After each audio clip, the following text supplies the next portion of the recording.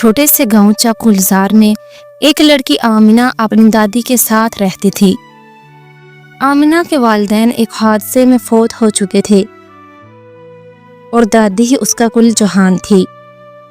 आमिना बहुत खामोश तबे, तन्हाई पसंद और सोचों में गुम रहने वाली बच्ची थी। गांव के बच्चे खेलते कूदते, लेकिन आमिना घर में ही पड़ी रहती।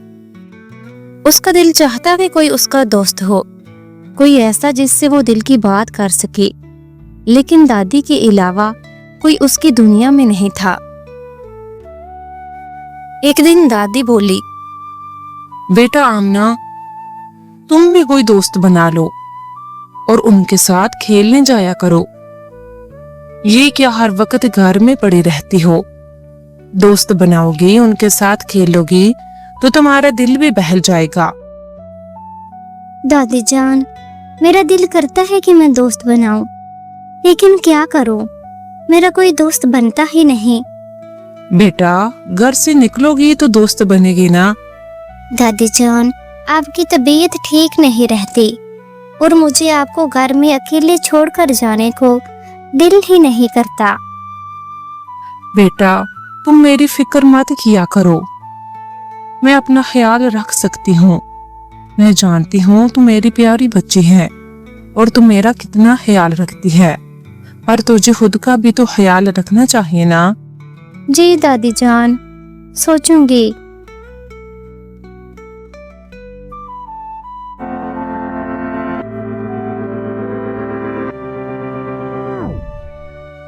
अगले दिन आमना दादी के कहने पर पास के जंगल में सैर के लिए गई।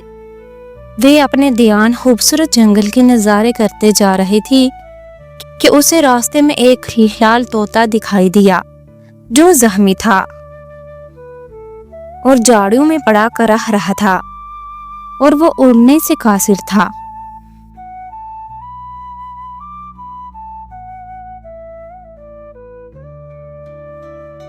आमिना ने नहायत नरमी से उसे उठाया और अपने घर ले आई।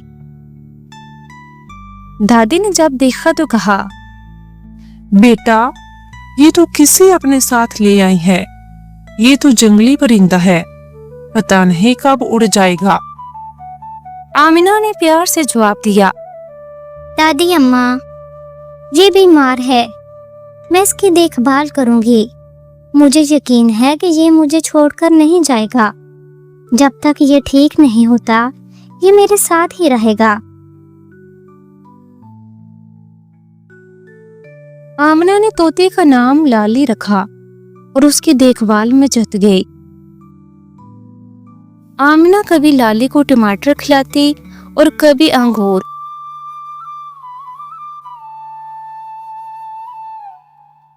वो उससे बातें करती, नज़्में सुनाती, कहानियां सुनाती और वो गौर से सुनता रहता। कुछ ही दिनों में लाली के पर ठीक हो गए और उसने उड़ना भी शुरू कर दिया, लेकिन वो आमना को छोड़कर नहीं गया।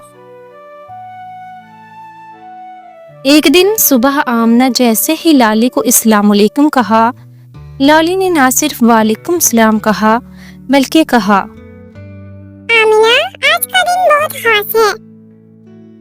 आमना हक्का बक्का रह गई। वो हैरत से बोली, लाली, तुम बात कर सकते हो?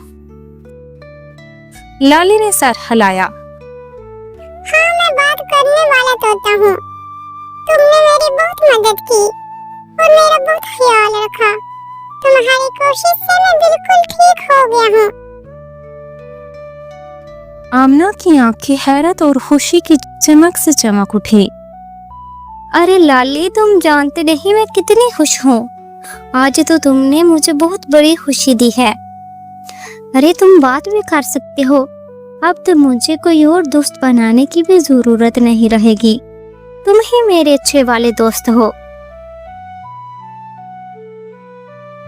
अगले दिन दादी की तबीयत कुछ ज्यादा खराब थी, जिस वजह से आमना बहुत परेशान थी।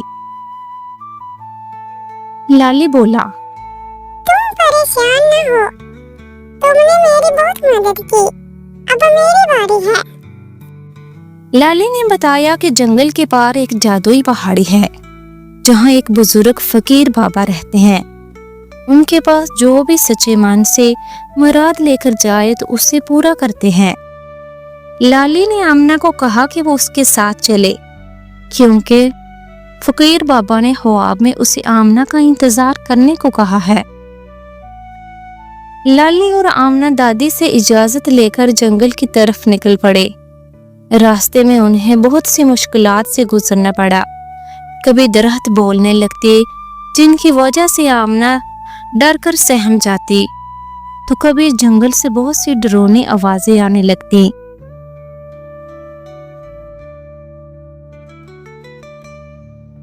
लेकिन लाली की रहनुमाई और आमना की मजबूत हौसले ने सब मुश्किलात आसान कर दी। आखिरकार वो पहाड़ी पर पहुंच गए जहां फकीर बाबा उनका इंतजार कर रहा था। फकीर बाबा ने आमना को देखा और मुस्कुरा कर कहा, बेटी, तूने जिस मोहब्बत से एक जख्मी परिंदे का ख्याल रखा है, रब ने तुझे चुन लिया। मांग क्या मांगती है? आमना ने कहा, बस ये कि मेरी दादी सेहतमंद रहे और लाली हमेशा मेरे साथ रहे। फकीर बाबा ने आंखें बंद की, कुछ पढ़ा और फिर आमना को एक छोटा सा खाली पिंजरा दिया और कहा, ये पिंजरा जादुई है। जब कभी तुम्हें लाली की याद आए, इसे खोलना तो लाली आ जाएगा और तुम्हारी दादी अब कभी बीमार नहीं होगी।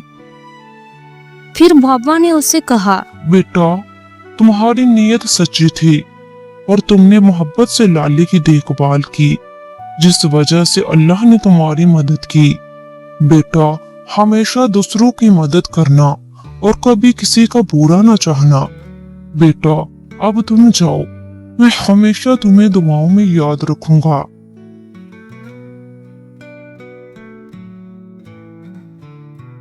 आमिना पिंजरे को लेकर खुशी खुशी घर लौट आई क्योंकि वो जानती थी कि अब वे जब चाहे लाली को बुला सकती है और उससे बहुत सी बातें कर सकती है।